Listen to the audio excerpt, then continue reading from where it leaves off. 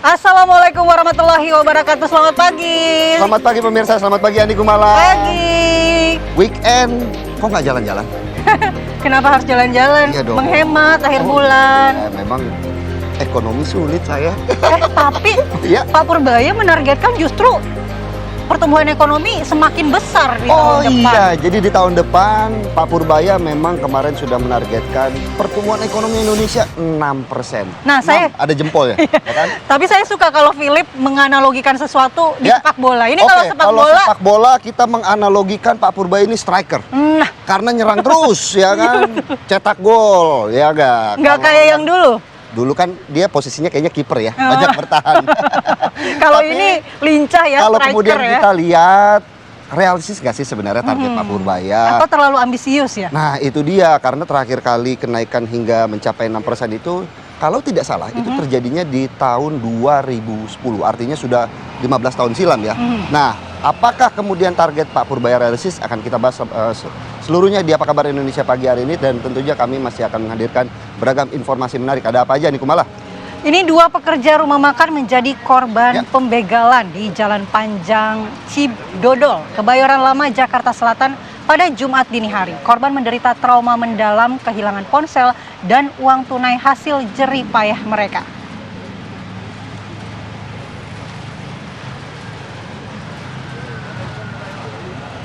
Enam pelaku bersenjata tajam langsung kabur usai merampas ponsel milik korban dan aksinya terekam kamera pengawas CCTV. Dalam rekaman CCTV kemudian menunjukkan sebanyak 6 pelaku ini datang menggunakan 3 sepeda motor. Para pelaku kemudian langsung turun dan menyerang dengan mengacungkan senjata tajam ke arah korban. Meski diancam, korban tidak mengalami luka serius namun menderita kerugian ini senilai 2 juta rupiah.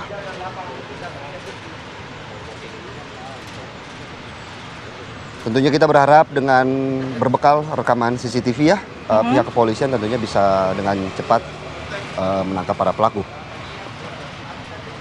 Kita beralih ke berita selanjutnya pemirsa, sejumlah anggota DPRD Maluku Tengah saling pukul dan nyaris membanting kursi. Ini terjadi saat rapat paripurna pengesahan kebijakan umum anggaran. Memang kalau udah berbicara soal anggaran nih agak sensitif ya. Ekonomi lagi. Tapi kalau ya. bisa jangan sampai ada yang dirusak karena semua yang di sana kita belinya Iya, dari pajak kita ya. nih. Nggak boleh dong itu arena rapat jadi arena olahraga Karena ya. memang Gedung Dewan yang seharusnya jadi wahana musyawarah menjadi arena perkelahian di balik kebijakan. Peristiwa saling pukul antara anggota DPRD Maluku Tengah itu dipicu akibat salah satu anggota DPRD yang ingin menyampaikan pendapatnya dicegah oleh anggota DPRD lainnya. Anggota DPRD yang mengamuk nyaris membanting kursi di tengah rapat paripurna berlangsung. Sejumlah anggota DPRD lainnya pun berusaha untuk melerai. Insiden ini menjadi tontonan para tamu yang menghadiri rapat dalam rangka penandatanganan Nota Kesepakatan Kebijakan Umum Anggaran atau KUA. Akibat insiden ini rapat terhenti sejenak, kemudian rapat dilanjutkan setelah situasi mulai kembali kondusif.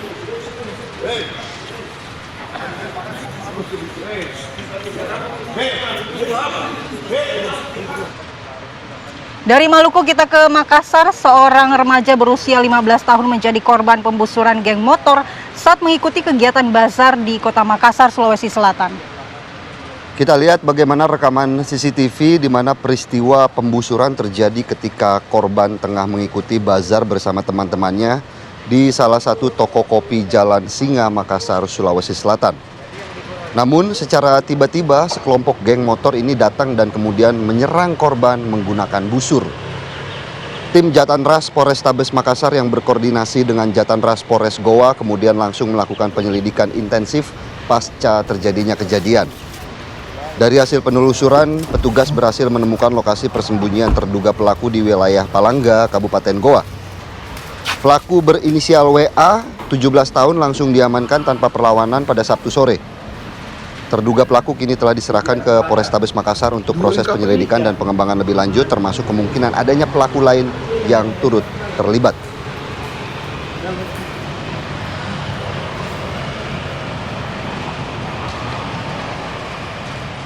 Kita bergeser ke Indramayu pemirsa, ibu rumah tangga ditemukan tewas bersimbah darah di kamar rumahnya di Desa Kerangeng, Kabupaten Indramayu, Jawa Barat. Saat ditemukan, korban tewas mengenaskan dengan sejumlah luka tusukan di bagian leher dan diduga menjadi korban pembunuhan. Sebelum ditemukan tewas, warga sempat mendengar teriakan keras dari dalam rumah korban. Warga yang terkejut dengan teriakan tersebut beramai-ramai mendatangi bahkan mendobrak pintu rumah. Warga mendapati korban sudah terkapar bersimbah darah. Bahkan warga sempat memergoki dan menangkap pelaku yang tengah mencuci tangan berlumuran darah. Menurut polisi, terduga pelaku masih tetangga korban. Polisi periksa terduga pelaku pembunuhan dan mendalami motif pelaku membunuh korban.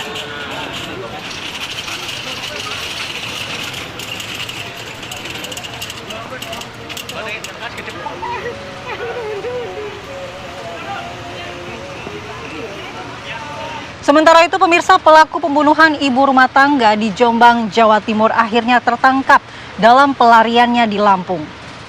Purnomo tertangkap di Desa Raja Basa Baru, Kecamatan Mataram Baru, Lampung Timur, Lampung, di mana pelaku ini kabur setelah membunuh istri sirinya. Polisi menemukan motor Yamaha Vision milik korban yang dibawa kabur oleh pelaku di rumah saudaranya di Mojokerto, dan sebelum terjadi pembunuhan, keduanya sempat bertengkar. Untuk menghabisi istri sirinya, pelaku menggunakan linggis, di mana pelaku ini mengaku kerap sakit hati karena dihina memiliki penyakit kronis.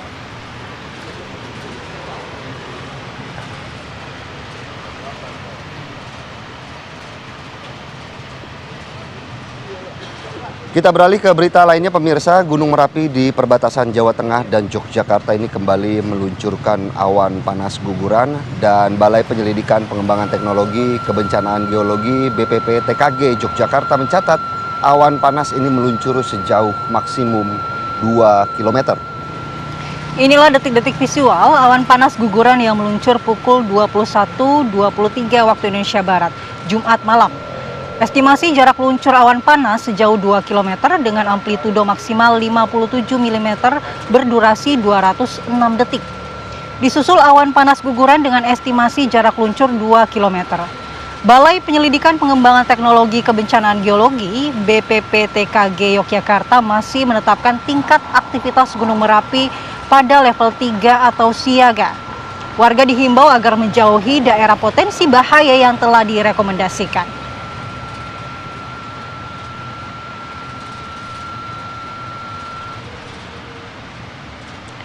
Pemirsa, sebuah kecelakaan lalu lintas di Sampang, Madura, Jawa Timur melibatkan mobil dengan pengguna sepeda motor terekam CCTV. Akibat peristiwa ini, 2 orang pengendara motor meninggal dunia. Kami harus samarkan apa yang tengah Anda saksikan, pemirsa, di mana inilah video detik-detik kecelakaan lalu lintas di Jalan Raya Torjun, Kabupaten Sampang, Madura, Jawa Timur, yang melibatkan sebuah mobil dengan pengendara motor. Insiden berawal saat pengguna sepeda motor yang berboncengan ini melaju kencang dari arah timur Sampang menuju arah barat Surabaya. Namun di waktu yang bersamaan dari arah berlawanan, sebuah kendaraan roda 4 tiba-tiba saja melaju kencang dengan mendahului pick-up di depannya. Jarak kedua kendaraan terlalu dekat yang membuat tabrakan tak bisa lagi dihindarkan. Akibat kejadian ini, 2 orang yang berboncengan sepeda motor terpental hingga meninggal dunia setelah dirawat di rumah sakit terdekat.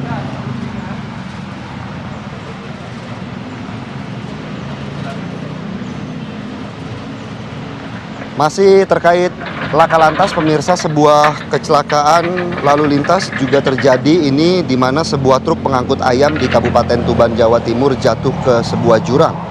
Ribuan ayam yang dibawa pun akhirnya mati berserakan. Menurut saksi di lokasi kejadian, peristiwa berawal saat truk melewati jalan terjal di pinggir jurang. Roda belakang truk tergelincir ke tepian jalan sehingga mengakibatkan truk terbalik dan masuk ke dalam jurang. Truk yang mengangkut 5 ton ayam potong ini pun terperosok ke dalam jurang di Desa Bekti Harjo, Kecamatan Semanding, Kabupaten Tuban, Jawa Timur. Beruntung supir truk berhasil menyelamatkan diri dan hanya menderita luka ringan. Tentunya ini akan menyulitkan pihak kepolisian ya, Andi Kumala ya, karena cukup banyak yang harus dikabarkan kepada pihak keluarga. Gitu ya, aku nggak bisa berkata-kata deh, Philip.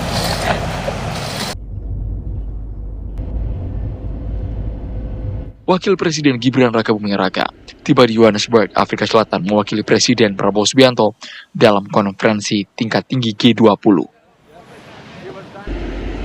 Gibran tiba pada Jumat sore waktu setempat di Bandar Udara Internasional OR Tambo. Usai rangkaian penyambutan Gibran, Wapres langsung berpidato di Indonesia Afrika CEO Forum. Gibran umumkan kebijakan bebas visa bersama untuk warga Afrika Selatan yang masuk Indonesia. This is a huge step to strengthen our relationship and our commitment to expand collaboration with Africa remains very strong. With collaboration, the emerging economies can shape the future. Global growth must not only be strong, but also fair and inclusive. The visit of President Ramaphosa a few weeks ago to Indonesia reflects deep cooperation between the two countries. Both presidents agreed to have visa-free entry. So I think this is a good news for all of you. No more visa. Africa is our strategic partner and gateway to the African market. KTT G20 Afrika Selatan akan berlangsung selama 2 hari. Wapres Gibran akan menyampaikan pidato posisi Indonesia terkait berbagai isu global prioritas. Selama rangkaian KTT G20, Wapres juga dijadwalkan melakukan sejumlah pertemuan bilateral dengan pemimpin negara sahabat.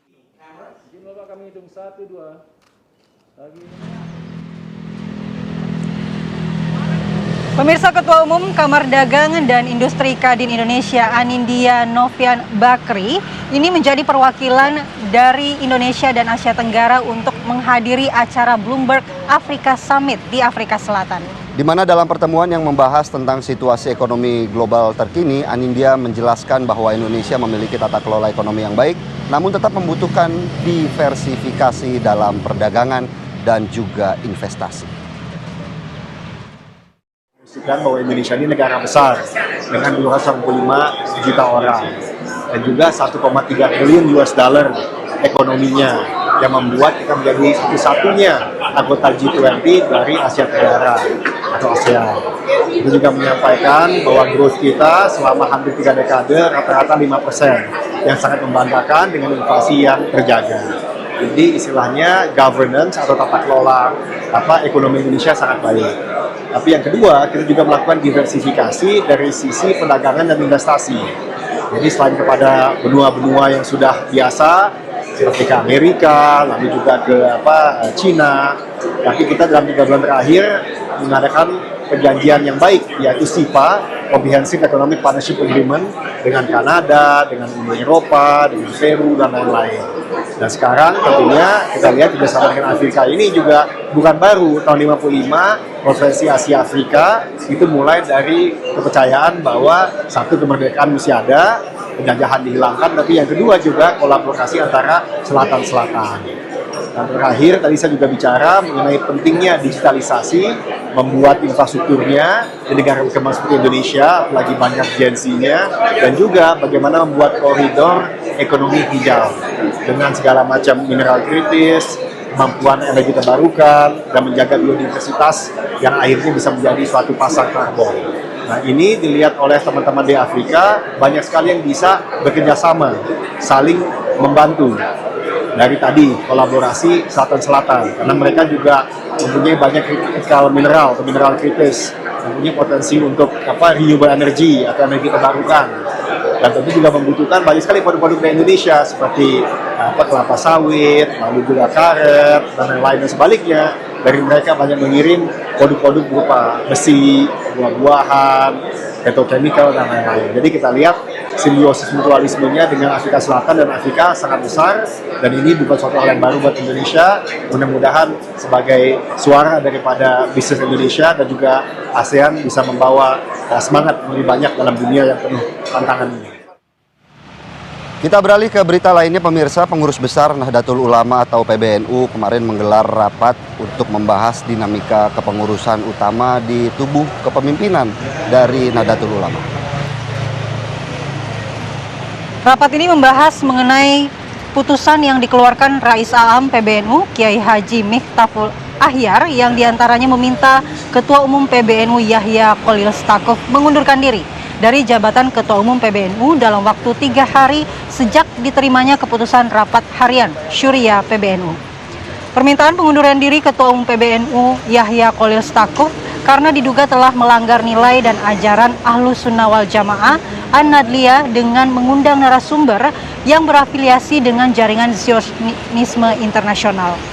Tindakan itu juga bertentangan dengan Muqaddimah Qanun Asasi Nahdlatul Ulama. Yahya Cholil Stakuf sempat menyampaikan protes terkait rencana pemakzulan dirinya.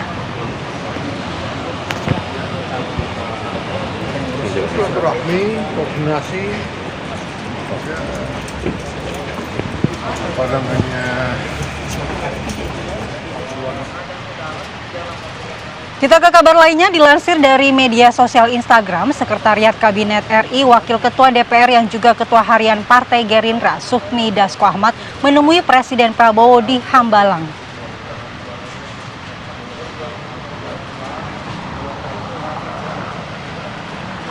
Dalam pertemuan ini, Sufmi Dasko Ahmad menyampaikan sejumlah surat dan laporan tertulis dari berbagai daerah, di mana Presiden Prabowo kemudian berdiskusi mengenai perkembangan berbagai persoalan hukum yang terjadi di tanah air. Presiden memberikan perhatian penuh terhadap dinamika yang terjadi di berbagai wilayah, utamanya yang berkaitan dengan penegakan keadilan dan kepastian hukum. Pertemuan tersebut menjadi komitmen Presiden Prabowo untuk terus menjaga komunikasi dengan lembaga legislatif serta menerima masukan langsung dari para pemangku kepentingan.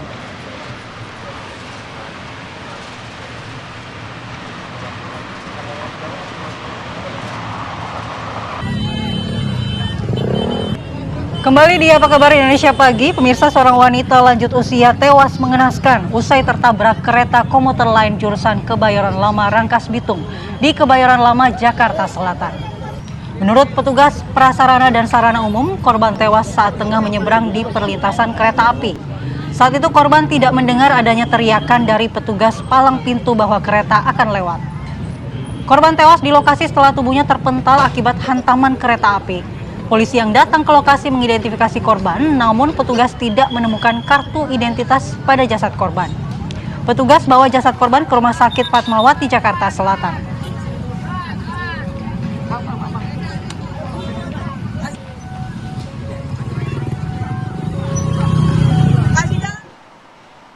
Pemirsa, seorang pria yang sedang mengurus SIM ini mengamuk dan kemudian membentak petugas Satlantas Polrestabes Medan karena merasa tidak sabar untuk mengantri.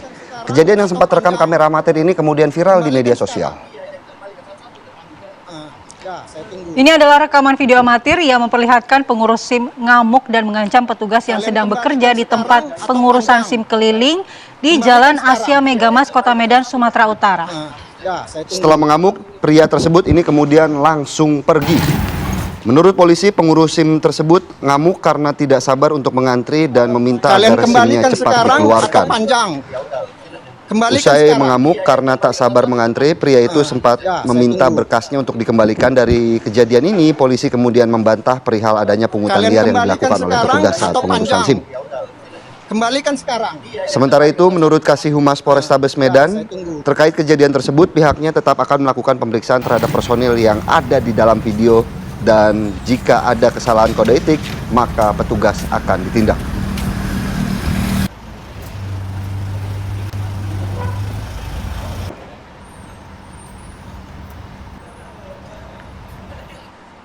Kita beralih ke berita selanjutnya, pemirsa. Sejumlah emak-emak ini menggeruduk rumah terduga bandar narkoba berada di Desa Batu Mundum, Kabupaten Mandailing Natal, Sumatera Utara. Emak-emak itu beramai-ramai mendatangi sebuah gubuk. Mereka merusak tempat yang diduga jadi lokasi dan penggunaan transaksi narkoba itu. Jadi emak-emak ini resah, Philip, karena maraknya peredaran narkoba di tempat wilayah mereka. Dari dalam rumah, warga menemukan sejumlah plastik klip dan alat hisap sabu.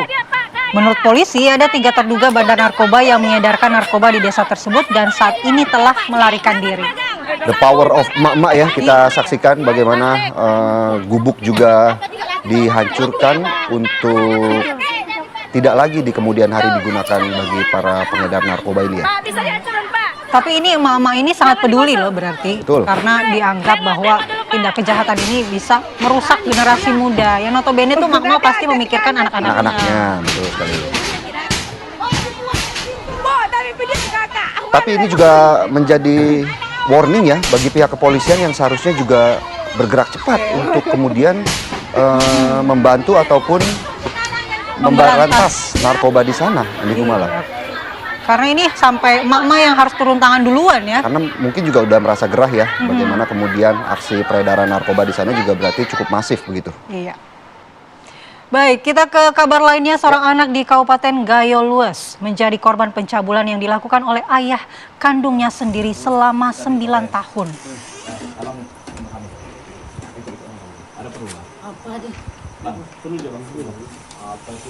Seperti inilah aksi dramatis penangkapan pelaku pemerkosaan berinisial JN oleh Satreskrim Polres Gayo Lues, di mana kepada polisi tersangka mengaku telah melakukan pemerkosaan terhadap anak kandungnya sejak tahun 2016 hingga 2025. Dalam melancarkan aksinya, pelaku mengancam akan membunuh korban dan anggota keluarga lainnya jika berani memberitahu orang lain. Bahkan untuk mencegah kehamilan terhadap korban, pelaku kemudian terus memberi air soda dan nanas muda sehabis melancarkan aksi pemerkosaannya. Akibat dari perbuatannya, kini tersangka dikenakan pasal 49 Jungto pasal 50, di mana tentang hukuman jinayat dengan hukuman penjara selama 200 bulan hukuman penjara.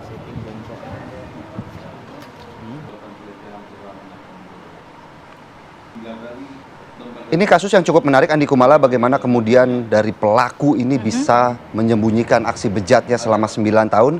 Kami akan coba dalami dan sudah terhubung dengan AKBP Hairowo selaku Kapolres Gayo Lues. Selamat pagi, Pak Kapolres.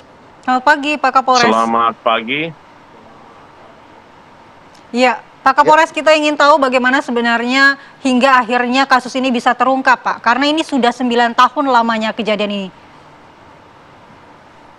Betul, jadi kejadian ini terjadi pada tahun 2016 di mana korban pada saat itu duduk di kelas 5 SD dengan usia 10 tahun. Awal mula kejadian di mana korban bersama bapaknya yang sebagai pelaku dan ibunya pergi ke kebun. Di saat di kebun, ibunya ini mengambil daun serai dengan jarak dari dari gubuknya kurang lebih 400 meter. Disitulah pertama kali pelaku memperkosa anak kandungnya. Baik, pada saat 9 tahun peristiwa itu terus berulang, apakah memang sang istri atau ibu dari korban ini tidak mengetahui sama sekali? Pernah apa yang dilakukan oleh pelaku atau tersangka terhadap korban atau anaknya ini diketahui oleh ibunya, namun mendapatkan ancaman dari pelaku. Memang jadi perilaku dari suami atau tersangka ini memang sangat temperamen dan selalu melakukan pemukulan atau kekerasan fisik terhadap baik istri atau anaknya, sehingga ini menjadi ketakutan bagi keluarga untuk melaporkan. Pak Kapolres, seperti apa bentuk ancaman yang kemudian bisa menahan selama 9 tahun dari ibu korban untuk tidak melaporkan kasus ini kepada pihak kepolisian? Ancaman dari pelaku ini bahwa akan membunuh satu keluarga, termasuk saudara dari ibu atau istri pelaku. Jadi diancam akan dibunuh. Artinya, satu rumah. Tidak ada dari pihak keluarga sendiri yang kemudian berani untuk melaporkan begitu, Pak Kapolres? Dari hasil keterangan yang kami ambil, memang dari keterangan saksi-saksi yang berada di rumah tersebut, dari saudara, dari korban ataupun dari ibu dari korban ini, memang tidak berani karena dari awal pernikahan sampai dengan sekarang memang pelaku perilaku yang temperamen tinggi dan suka melakukan pemukulan atau kekerasan fisik terhadap keluarga. Oke. Iya, Pak Kapolres, di rumah tersebut pelaku ini sebenarnya memiliki berapa anak, Pak? Apakah korban ini anak tunggal atau ada saudara lainnya? Dan berapa jumlah penghuni rumah bersama dengan pelaku? Jadi dengan satu keluarga ini anak 3, jadi korban ini termasuk anak kedua. Jadi ada istri pelaku dengan 3 anak pelaku. Sementara itu untuk dari tetangganya sendiri, apakah kemudian tidak ada upaya untuk kemudian membantu begitu apa yang menjadi perilaku dari pelaku seperti itu, Pak Kapolres?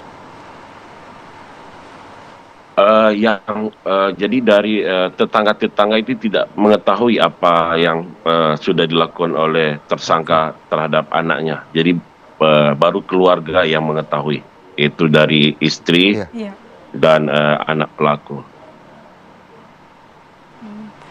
Pada akhirnya siapa yang kemudian melaporkan kasus ini, Pak Kapolres, hingga akhirnya terungkap? Jadi dilaporkan kepada saksi. Jadi dalam hal ini adalah guru sekolah dari korban. Jadi guru dari korban ini melihat kenapa siswanya ini kayak depresi gitu, baik kesehatannya ataupun mentalnya, sehingga ditanyakan dan akhirnya korban menyampaikan kepada guru sekolah tersebut, sehingga dari guru ini melaporkan ke Polres, dan dalam waktu 1x24 jam kami langsung mengamankan melalui unit PPA dan unit opsional Reskrim Polres Gayo Lues. Baik, Pak Kapolres, untuk pasal yang akan dikenakan kepada pelaku, mengingat ini pelaku telah melancarkan aksi bejatnya selama 9 tahun, seperti apa pasal yang akan dikenakan? Pasal yang akan dikenakan itu pasal 49 junto pasal 50 Kanun Aceh nomor 6 tahun 2014, di mana hukuman pidana paling lama yaitu 200 bulan kurungan penjara. Baik, terima kasih Pak AKBP Hirowo selaku Kapolres Gayo Lues telah bergabung bersama kami di Apa Kabar Indonesia Pagi, dan kami berharap ini jangan sampai kasus terulang di sana begitu ya. Iya. Andi Kumala ya. Terima kasih Pak Kapolres. Selamat bertugas kembali, Pak. Terima kasih.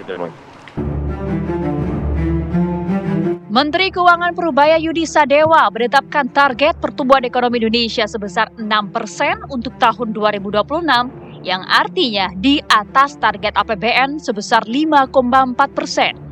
Secara terbuka, Purubaya menyampaikan jika target pertumbuhan tersebut tidak tercapai, maka dirinya akan dipecat. Purubaya juga menyebut bahwa tantangan itu diperlukan dan berharap pertumbuhan bisa meningkat ke arah 8% dalam beberapa tahun ke depan. Menjaga pasar domestik agar dikuasai oleh produsen dalam negeri juga diperlukan untuk meningkatkan kontribusi permintaan dalam negeri yang saat ini mencapai 90% dari perekonomian. Dengan target ambisius ala Purubaya dan berbagai kebijakan yang telah disiapkan untuk mendukungnya, mampukah perekonomian Indonesia dipacu hingga mencapai angka 6% tahun depan? Tim TV One mengabarkan.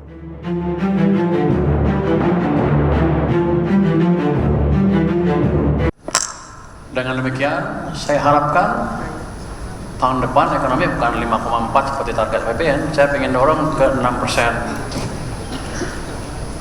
Ya kalau resikonya apa saya ngomong gini, kalau nggak kecapai gue dipecat. Tapi kalau nggak ada challenge, nggak menarik untuk saya. Lebih baik saya tidur di rumah aja. 6%. Tahun depannya kita coba dorong lebih cepat lagi. Mungkin tahun ketiga keempat udah kelihatan tuh. 8% udah deket tuh. Jadi kita bisa mewujudkan yang 8% itu dengan kerja keras, dengan strategi yang pas, dengan memastikan semua mesin pertumbuhan kita berjalan dengan baik. Dan saya bilang tadi kan, zamannya SBY mesinnya mesin swasta, zamannya Pak Jokowi mesin pemerintah, tumbuhnya 6 sama 5. Kalau saya gabung 6% lebih nggak terlalu sulit. Tambah dengan perbaikan iklim investasi, pengurangan bottleneck yang menghambat real sektor dan perusahaan, harusnya pertumbuhan yang lebih cepat bisa dicapai. Ya Andi Kumala, ini baru namanya benar-benar koboi sejati. Kenapa? Pelurunya nggak pernah habis. Tembak sana, tembak sini, tembak sana, tembak sini. Yang terbaru tembak target. Berarti 6% ekonomi pertumbuhan tahun depan. Gimana tuh Andi Kumala? terbukti ya koboi sejati. Tapi Oh. saya nggak setuju sih kalau Pak Purbaya ini pasang badan. Kan bukan tanggung jawab kamu sendiri Pak Purbaya. Ada, betul. Jangan ada. ditanggung sendiri lah, bagi-bagi sama yang lain. Tapi apakah kemudian target ini adalah target realistis? Atau kalau kata Andi Kumala, ini target ambisius nih Andi Kumala? Oke, Ya kan? kita bahas dong dengan ahlinya ya. Ya. Sudah ada narasumber yang hadir di studio, ada Mas Luki Bayu Purnomo, ekonom Universitas Marsikal Surya Dharma. Selamat pagi. Selamat pagi, Mas Luki. Selamat pagi.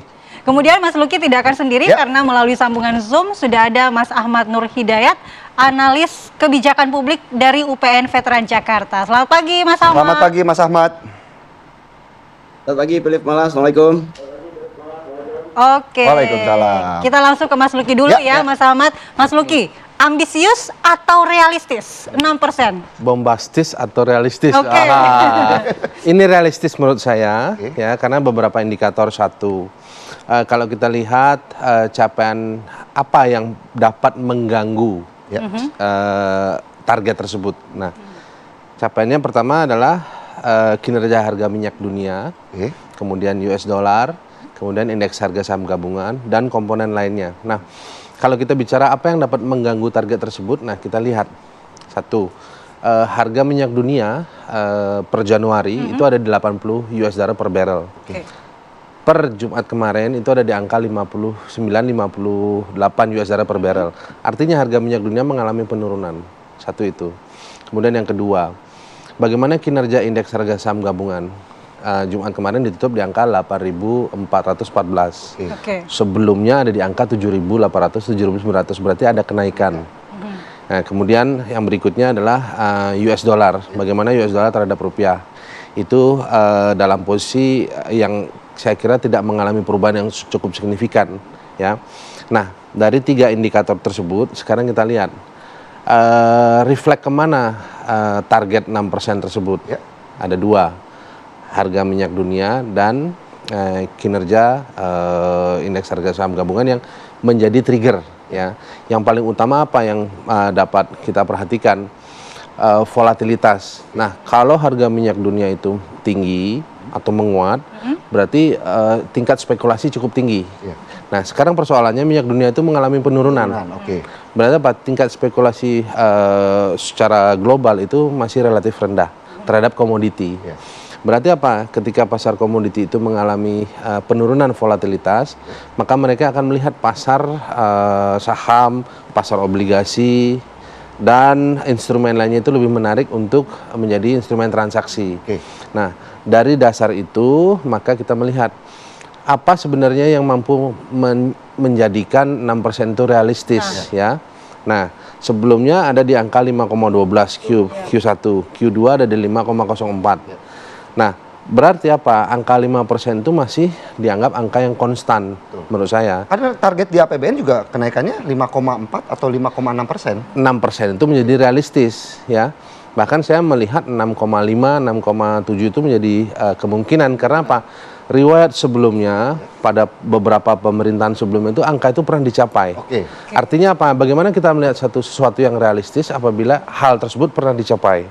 Tapi kalau kemudian kita berbicara sedikit Mas Luki, hal yang pernah dicapai adalah kenaikan 6% itu terjadi terakhir di tahun 2010. Artinya sudah 15 tahun yang lalu untuk kemudian mencapai target itu. Apakah kemudian realistis di tahun ini? Atau di tahun depan, di tahun 2026? Pada masa tersebut keadaannya hampir mirip, ya. Walaupun kita lihat secara ekosistem ekonomi itu tidak sama, tapi keadaannya hampir mirip. Apa? Private sector itu didorong. Nah, government sector memang menjadi perhatian, tapi yang paling di-trigger itu adalah private sector. Nah, hal tersebut mirip dengan keadaan saat ini, di mana private sector itu menjadi tujuan utama. Kita lihat bagaimana 200 triliun digelontorkan oleh Pak Menteri, kemudian di-trigger lagi dengan berbagai macam kebijakan yang juga ingin memperhatikan private sector tersebut. Artinya sektor swasta itu masih menjadi perhatian utama. Nah, keadaan tersebut kalau kita mau back testing ke tahun 2010 itu hampir mirip. Nah, karena apa?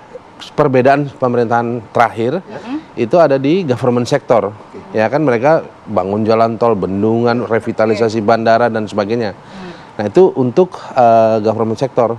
Tetapi sekarang apa? Harus dicari trigger yang berbeda. Nah trigger yang berbeda itu hampir mirip dengan apa yang terjadi tahun-tahun 2010.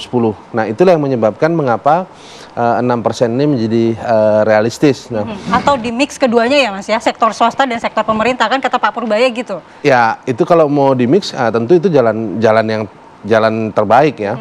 Karena apa? Karena memang kalau government sector, let's say kita melihat jalan tol yang dibangun, bendungan, itu kalau secara investment kemudian secara scale of economic itu hasilnya ataukah impact-nya itu untuk jangka panjang. Karena yang dibangun itu adalah infrastruktur. Baik. Tapi kalau private sector itu dapat bersifat jangka pendek dan jangka menengah. Nah kalau di mix itu jadi sangat menarik. Nah saya melihat apa? Bukan karena dulu kami pernah satu institusi dengan Pak Purbaya Yudisadewa di satu institusi BUMN ya, tapi kita lihat gayanya ini memang gaya yang mencerminkan apa? Bagaimana mengakselerasi menggunakan jalan terbaik untuk mencapai 6%. Optimisme ya artinya yang kemudian dipancarkan dan dibagikan kepada Pak Purbaya, Hani Kumala. Kita mau ke Mas Ahmad. Mas Ahmad, Menkyu Pak Purbaya ini berani pasang badan, siap dipecat kalau target 6% ini tidak tercapai. Tapi pertanyaannya adalah, apa kira-kira persyaratan dari pertumbuhan ekonomi 6% itu? Jangan sampai pertumbuhan ekonomi ini tidak berdampak pada peningkatan lapangan kerja atau juga bahkan menambah utang gitu. Ya, terima kasih Malah Philip ya. Saya kira ada beberapa hal ya yang perlu diperbaiki kalau kita ingin mencapai 6%. Pertama, kita harus lihat dulu pondasi dasar kita dulu nih, di level mana nih kita. Growth kita terakhir di Q3 itu 5,04. Ini turun dari Q2 sebenarnya 5,14. Yang kedua, secara proyeksi teknokratis ya, kalau kita bicara teknokrat itu mereka menghitung angka-angka yang disampaikan sama Pak Luki tadi, itu mereka merealisasikan 5,4%. Dan itu sudah masuk asumsi APBN 2026 yang Philip katakan tadi. Nah persoalannya ada gap kan 5,4 ke level 6%. Let's say kita lihat bagaimana proyeksi dari Bank Sentral misalkan BI mengatakan 5,33, masih tipis-tipis 5,4. World Bank, IMF saya kira masih mengatakan di bawah 6%. Indef misalkan juga masih mengatakan di bawah 5%, bukan 6% bahkan. Artinya sebetulnya banyak pandangan mengenai proyeksi ini. Tapi saya ingin katakan bahwa kalau ingin mencapai 6%, artinya Pak Purbaya kalau lihat dari pondasi ekonominya ada level sini, kemudian targetnya di level ini, ya perlu kerja keras. Jadi saya kira ini janji yang terlalu berani ya menurut saya yang disampaikan oleh Pak Purbaya. Mungkin Pak Purbaya juga bisa menjadi Menteri Keuangan karena memiliki satu pandangan atau satu target yang besar. Yaitu mungkin Pak Prabowo suka dengan target itu. Tapi persoalannya adalah apakah nanti bisa tercapai Pak Purbaya. Nah saya kira kita harus lihat dulu pondasinya. Persoalan kita pertama adalah uncertainty ya, ketidakpastian. Dan ini berlangsung secara level global dan juga level nasional, Philips. Kita tahu The Fed ya, Santa Louis itu mengeluarkan rilis bahwa ketidakpastian global secara global memang naik 50%. Ada perang Ukraina, geopolitik, Gaza dan sebagainya belum selesai. Dan ini menambah tekanan ke ekonomi domestik. Nah, kalau dihitung domestik nasional, ketidakpastian menurut lembaga yang sama itu bahkan mencapai level tertinggi dalam sejarah dari Republik Indonesia. Ya, terakhir kita punya angka ketidakpastian itu di level 1,1 itu tahun 1952. Sekarang di Q2 bahkan di Q3 naik lagi menjadi level 1,2 angka ketidakpastiannya. Nah, saya kira ini saya katakan tadi Pak Purbaya ini sedang melakukan satu manuver koboi politik ya dengan janji yang terlalu berani. Tetapi kita lihat ya apakah dengan fondasi yang seperti ini Pak Purbaya bisa melahirkan satu terobosan yang sifatnya adalah out of the box begitu, Philips. Ya. Baik Bang Ahmad, kalau memang Bang Ahmad bisa bilang ini adalah target yang sangat berani ataupun ini bisa dibilang target yang sangat wow begitu ya. Apakah memang kebijakan publik yang diterapkan oleh Pak Purbaya ini kemudian tidak bisa memenuhi target 6% di tahun depan? Ya sebenarnya saya ingin mengatakan tidak bisa memenuhi ya, tetapi upaya untuk mencapai itu harus kerja ekstra. Yang pertama kalau kita lihat daya beli masyarakat kita. Tadi dikatakan 60% katanya growth kita berasal dari permintaan domestik. Oke, kalau 90% itu kan angka yang sangat besar ya. Saya kira kalau level konsumsi kita hanya sebetulnya 59%, tetapi mungkin ditambah dengan kinerja BUMN, kinerja swasta nasional, mungkin 90% angkanya Pak Purbaya. Tapi saya ingin mengatakan daya beli publik kita sedang tertekan. Ya, inflasi yang meskipun katanya relatif rendah, tetapi rendah itu menurut persepsi masyarakat kelas tinggi. Kalau kita lihat masyarakat kelas bawah yang mayoritas ini Philips, coba kita jalan-jalan ke pasar, mereka mengeluhkan harga telur yang naik, harga bumbu yang naik, dan saya kira ini kita harus address di level menengah ke bawah karena kenaikan pendapatan mereka tidak setinggi dengan kenaikan pendapatan masyarakat bawah, masyarakat tinggi, masyarakat atas. Itulah kenapa kemudian daya beli kita tuh tergerus. Bahkan kelas menengah kita, Philips, ini menurut data dari BPS juga turun. Ya sejumlah 10 juta orang kelas menengahnya ini. Sementara yang kelas menengah rentan miskin makin besar lagi. Saya kira ini menambah beban kalau mau memicu pertumbuhan domestik. Saya kira kita harus memperbaiki dulu daya beli masyarakat dengan cara menyiapkan lapangan pekerjaan. Dan ingat, menyiapkan lapangan pekerjaan ini sulit sekali untuk dikejar dalam 1 tahun. Kalau Anda ingin menciptakan lapangan pekerjaan, ada butuh investornya dulu yang datang, investornya butuh bangun pabriknya dulu, dan sebagainya, dan sebagainya. Saya kira ini satu kerja yang panjang. Saya ingin mengatakan begini, Philips. Memang target yang besar, ya 6% ini, ya ini satu hal yang baik. Ya, Pak Purbaya sedang melakukan yang disebut dengan ambisi yang sehat, yang transparan. Jadi dia mengatakan 6% atau saya dipecat. Itu akan memicu satu kinerja yang baik. Tetapi saya ingin sampaikan, kita harus hati-hati. Kenapa? Kalau kita hanya mengejar targetnya, wah kalau nggak tercapai 6%, saya akan dipecat. Sehingga dia akan mencari jalan-jalan pintas, jalan-jalan jangka pendek. Jalan-jalan jangka pendek untuk menggrowth, untuk memacu pertumbuhan ekonomi. Dan jalan-jalan jangka pendek ini akan mengorbankan kualitas belanja dari APBN kita. Kemudian juga akan mengorbankan generasi mendatang kalau seandainya pertumbuhan ini ditopang oleh hutang.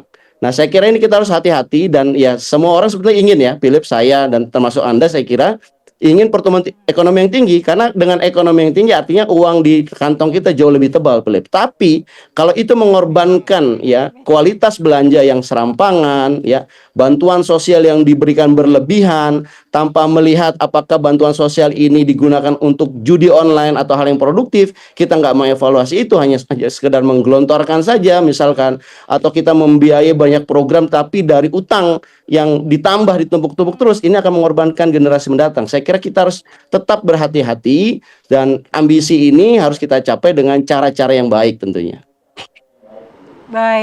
Baik Mas Ahmad, nanti kita akan tanyakan ke Mas Luki. Kalau kata Mas Ahmad memang ini target yang baik, tapi sepertinya terlalu tinggi dan kurang realistis gitu. Ini terlalu berani. Kita akan bahas, tapi kita jeda terlebih dahulu. Usai jeda di Apa Kabar Indonesia Pagi.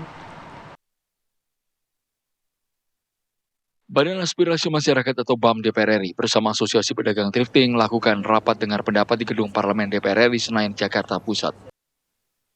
Para pedagang baju thrifting meminta bisnisnya dilegalkan dan bersedia membayar pajak. Wakil Ketua BAM DPR Adiana Bitipulu menyebut pihaknya tidak setuju thrifting membunuh UMKM. Politisi PD Perjuangan menilai justru impor tekstil ilegal Tiongkok yang menjadi ancaman utama UMKM. Hingga tadi Pak Her bilang sepertinya tuduhan bahwa thrifting itu membunuh UMKM tidak didukung oleh data-data yang kuat. Karena dari data yang kita dapatkan, total barang-barang thrifting itu yang masuk ke Indonesia berdasarkan data dari Kementerian UMKM 3.600 itu kalau dipresentasikan cuma 0,5% dari total 28.000 kontainer barang ilegal, tekstil ilegal yang kalau kita konversi dengan ton itu sekitar 784.000 ton. Selain itu, para pedagang mengaku selama ini membayar ratusan miliar rupiah setiap bulannya untuk biaya masuk thrifting kepada oknum atau secara ilegal. Jika tidak bisa dilegalkan, mereka meminta ada pemberlakuan larangan terbatas atau memungkinkan diberikan kuota impor namun dibatasi. Dari Jakarta, Raka Prawira Wijaya, TV One mengabarkan.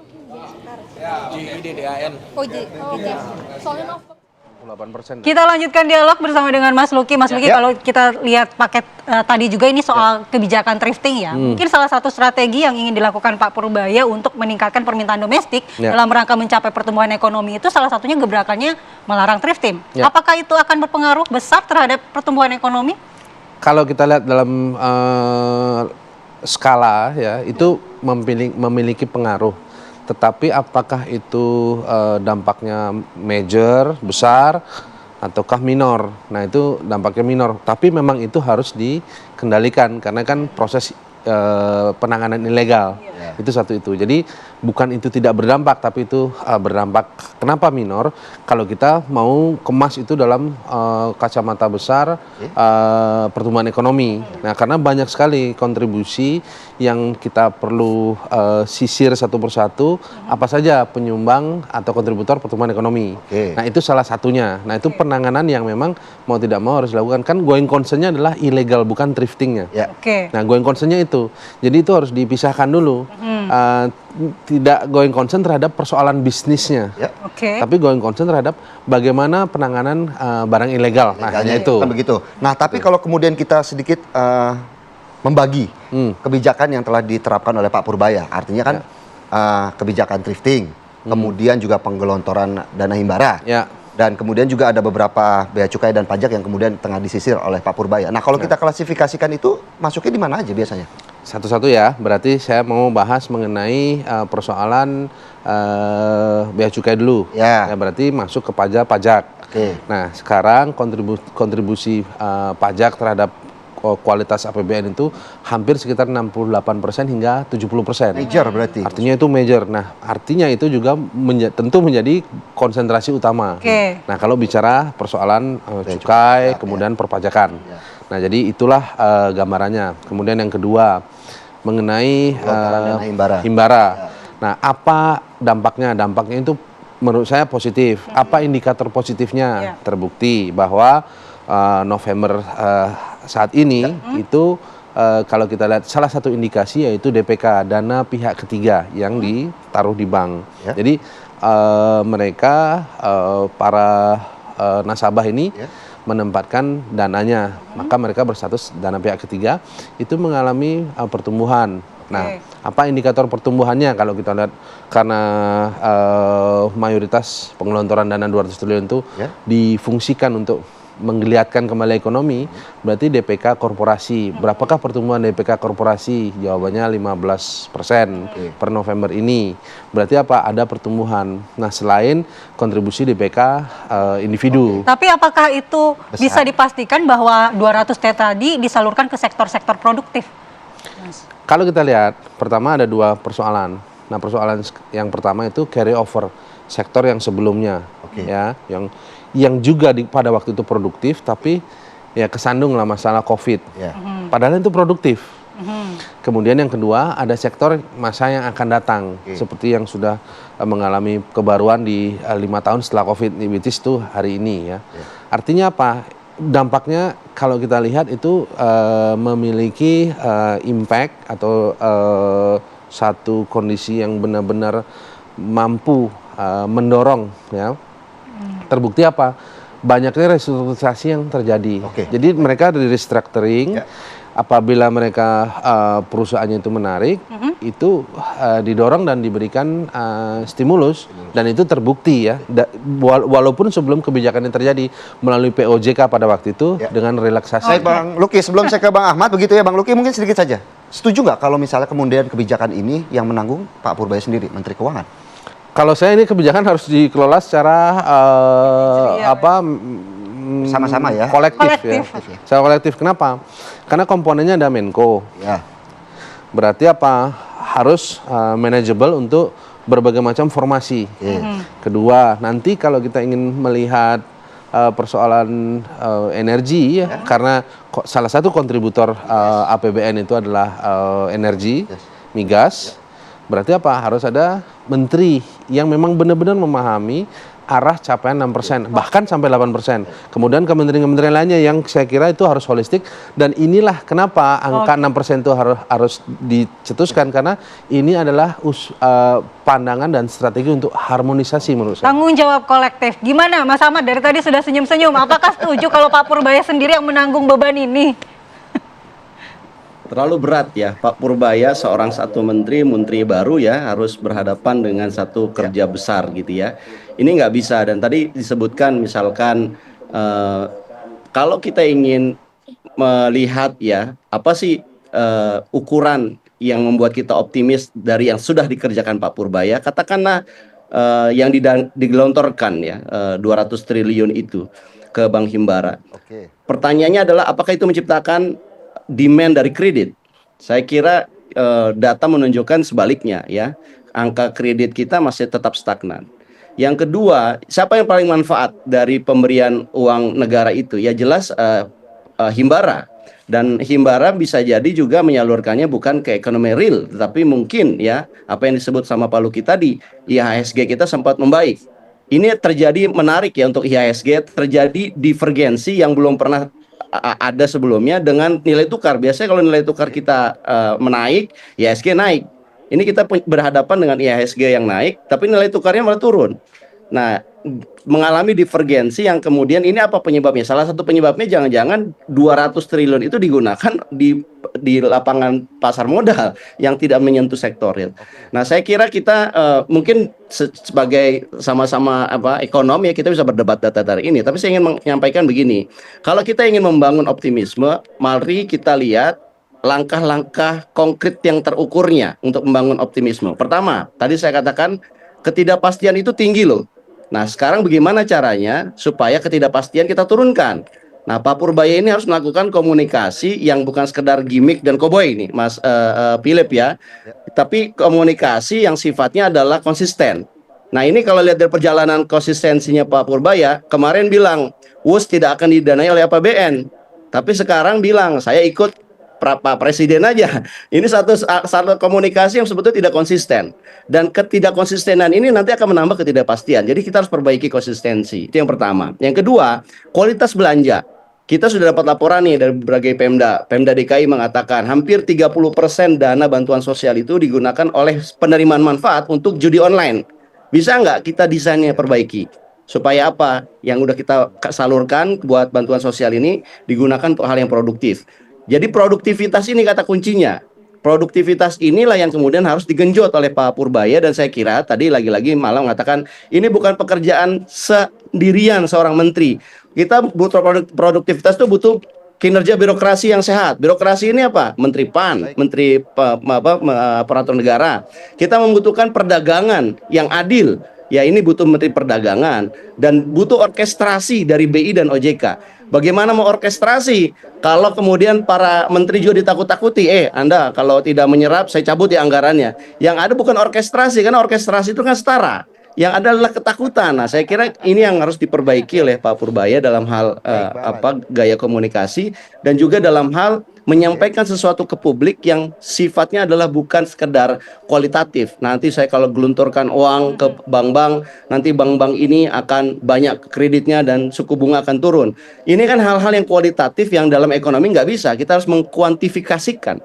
Dan saya kira kalau mengkuantifikasikan balik lagi kepada uang perbankan tadi, kenapa nggak Pak Purbaya ubah dari yang tadinya memberikan ke Himbara, dipindahkan ke BPD misalkan. Bank DKI itu banyak sekali memberikan kredit kepada UMKM. Ketika mereka dapatkan gelontoran misalkan, atau bank BPD yang lain, itu akan menambah kinerja mereka untuk memperbaiki sektor real.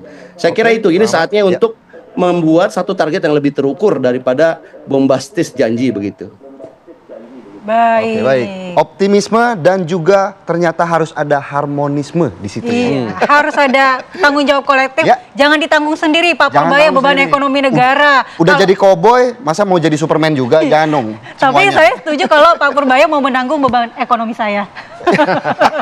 Kalau itu kayaknya bank-bank juga sulit kayaknya untuk menanggung ekonomi. Tapi tadi Sedikit menarik, pendek tapi saja, tadi Bang Luki. menarik. Pendek saja, Ada Bang. orkestrasi, ada harmonisasi. Jadi cocok sebenarnya. Oke. Iya, cocok. Karena ada orkestrasi yang dipandu, saya kasih harmonisasi. Oke, Itu cocok baik. sebenarnya. Baik, terima kasih Mas Bang Luki. Luki dan juga Bang Ahmad yang sudah bergabung bersama kami di Apa Kabar Indonesia pagi hari ini. Tentunya juga, wah, kita kalau berbicara ekonomi nih, Andi Kumala, kita rasanya juga udah mau tanggal-tanggal tua nih. Oh iya, Cocok, benar. cakep, ya kan? Dan pemirsa, Apa Kabar Indonesia pagi masih akan kembali di segmen selanjutnya. Kami akan hadirkan informasi terupdate, di mana juga setelah longsor yang terjadi di Banjarnegara. wilayah Jawa Tengah.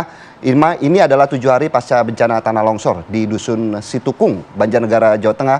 16 korban ini masih dinyatakan hilang, belum ditemukan. Sesaat lagi informasinya. Terima kasih masih di Apa Kabar Indonesia Pagi. Pemirsa, 16 korban hilang masih belum ditemukan 7 hari pasca bencana tanah longsor di Dusun Situkung, Banjarnegara, Jawa Tengah. Di mana pencarian terus dilakukan petugas dengan bantuan 23 alat berat dan 6 ekor anjing pelacak. Pencarian hari ini berfokus di 3 titik lokasi di mana proses pencarian terkendala kondisi medan tanah yang ternyata masih labil di sana.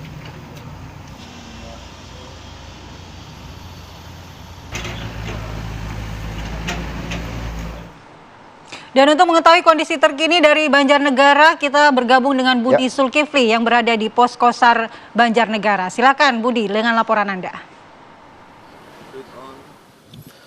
Ya, Andi Kumala dan Philip, kabar terbaru pagi ini dari Banjarnegara, Jawa Tengah. Ini adalah merupakan hari ke-8 upaya pencarian korban hilang dalam musibah longsor di Banjarnegara, Jawa Tengah. Kemarin tim SAR memutuskan setelah dilakukan evaluasi pada hari ke-7 kemarin, upaya pencarian ini diperpanjang 3 hari begitu, dan hari ini tim SAR gabungan kembali bergerak ke lokasi untuk melakukan upaya pencarian dari 16 korban yang dilaporkan masih hilang. Hari ini tim SAR mengerahkan ratusan personil, kemudian lebih dari 20 alat berat juga diterjunkan, serta menggunakan anjing pelacak untuk mempercepat upaya pencarian dari 16 korban yang masih dilaporkan hilang. Sejauh ini sejak hari pertama evakuasi SAR di musibah longsor di kawasan Pandan Arum, Banjarnegara ini, tim SAR gabungan sudah berhasil mengevakuasi 15 kantong jenazah, di mana 15 kantong jenazah ini terdiri dari 12 jenazah dan 3 body part yang sudah dievakuasi dan dibawa ke posko DVI untuk proses selanjutnya. Sebagian besar dari jenazah yang telah dievakuasi ini juga sudah teridentifikasi dan diserahkan ke pihak keluarga untuk dimakamkan. Untuk hari ini dari pantauan kami kondisi cuaca cukup mendukung untuk proses pencarian, tidak seperti pada 2 hari kemarin di mana hujan mengguyur sejak siang hingga malam hari. Ini tentu saja sangat mengganggu kelancaran proses pencarian karena ketika hujan deras mengguyur wilayah longsoran ini, tim SAR gabungan harus menghentikan sejenak proses pencarian karena kondisi tanah yang labil dan di sekitar area longsoran masih banyak terdapat rekahan-rekahan baru yang berpotensi menimbulkan longsor susulan apabila hujan mengguyur wilayah ini. Untuk membantu proses pencarian tidak hanya mengerahkan alat berat, anjing pelacak dan personil, juga diupayakan modifikasi cuaca yang dilakukan oleh BNPB.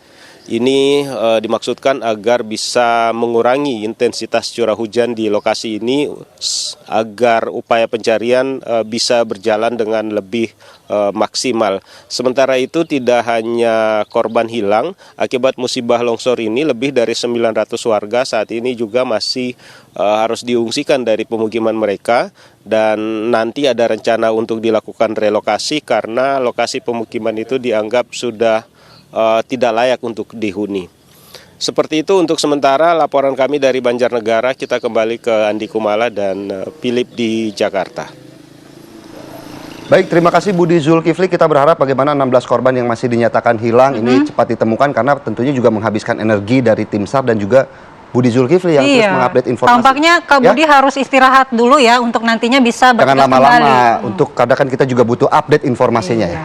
Baik, laporan dari Budi Zulkifli tadi sekaligus menutup jumpa kita di Apa Kabar Indonesia pagi hari ini. Kejati Asi beli tusuk gigi. Cakep. Terima kasih telah menyaksikan Apa Kabar Indonesia pagi. Saya Filbusyonaso. Saya Andi Kumala. Sampai jumpa.